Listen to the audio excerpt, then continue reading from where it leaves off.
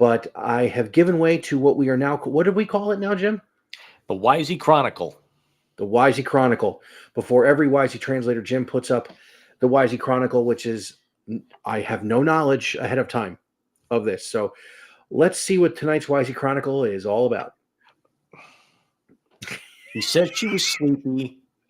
She said she was going to bed. There's a part of me that hopes that she stuck around. I'll show it to her tomorrow.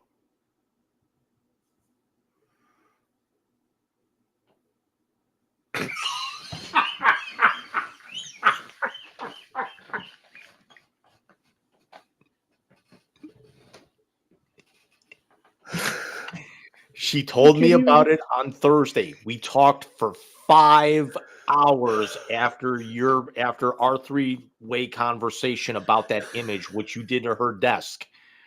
We talked until midnight. That came up, and I told her I was going to work it into the show. That is only the second time ever somebody has called their shot for the Wisey Translator. So it is incumbent upon me to give the first name as always, and I am going to stick with the last name listed on there, and that is Dick.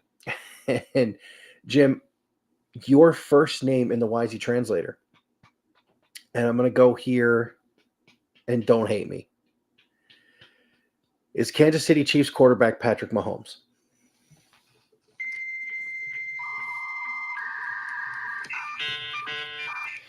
We know he wears 15 because if you breathe on him funny, that's how many yards you give up.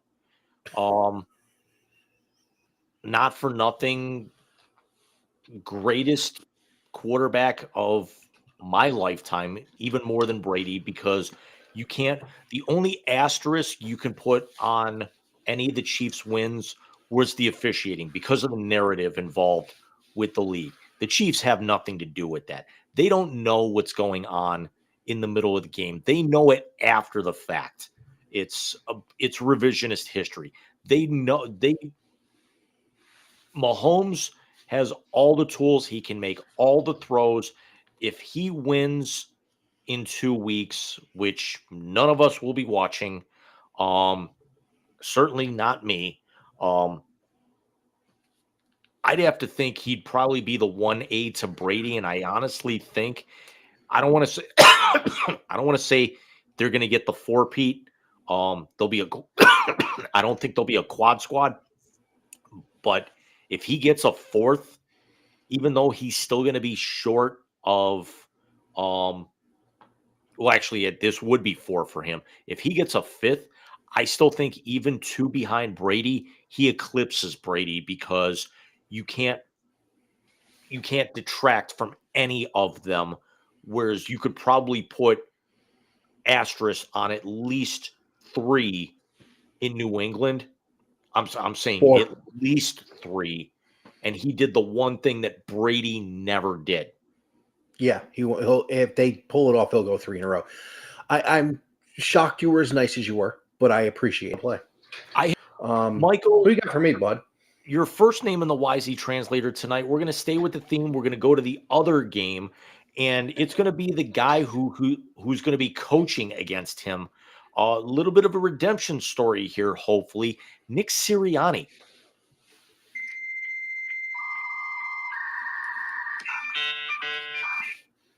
Philly fans need to shut the fuck up. He's gotten you to 2 Super Bowls. Get the fuck over it. And in both of them, he's going to be playing this generation's Montana, Brady, Bradshaw, Bart Starr, the guy who's won multiple Super Bowls. Give it up, Philly. Give it up. Can I leave the man alone for a second? Absolutely. Did you actually? I'm not saying this in an accusational fashion, and I'm not trying to be facetious by this. Did you kind of sort of just, I don't want to say backhandedly, but kind of compare him to Jimmy Butler, who we brought up on the Translator last week, that how Butler has has 2 finals appearances, but it was against the best center of our generation and the greatest player, of our lifetime? Yeah. I did, because unfortunately, in sports media, context doesn't seem to matter anywhere. Jim, your second and final name this evening, and I'm going to go to that same game we were just talking about, is Washington Commanders quarterback Jayden Daniels.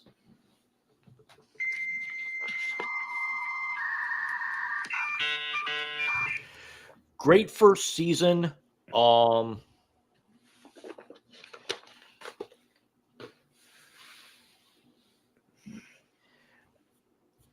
Is it too, am I allowed to, since we haven't done the 2026 NFL prediction show yet, or 2025 at this point, am I allowed to call him CJ Stroud 2.0 with the drop off he's going to have in year 2 because everyone's found him out? I don't Especially in know. that division? Now, I will say this. CJ's drop off again was more about turnovers than actual numbers. His yards per completion were about the same. His yards for the season were about the same. His touchdown passes relatively the same. But CJ turned the ball over more this year. With Jayden Daniels, if Cliff Kingsbury's still there, I think he can progress as opposed to regress, which is what we think CJ did. I think CJ's bigger tell is going to be year 2 to year 3. Having said that, in that division, he's got one of the top 10 defenses in Dallas. He's got a top 10 defense in Philly, and he's got a bottom 3 defense in the Giants. I don't think the division is really something you can compare it to right now. Because CJ dropped off in the worst division in football, which actually makes it that much worse. Everybody. Mike, to end the night, we'll go a little different direction. We'll actually talk about a sport that we haven't brought up on the show all night, and quite honestly, all year. Mike, your last name in the Wisey Translator tonight is the newest member of the Baseball Hall of Fame, Ichiro Suzuki.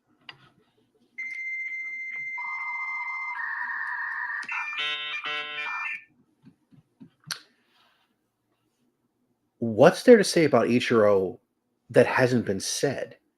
You are talking about a guy who is just one of the most gifted with a baseball bat in their hand ever. And they bring it up. He could have hit bombs if he wanted to, but he wanted to play his game.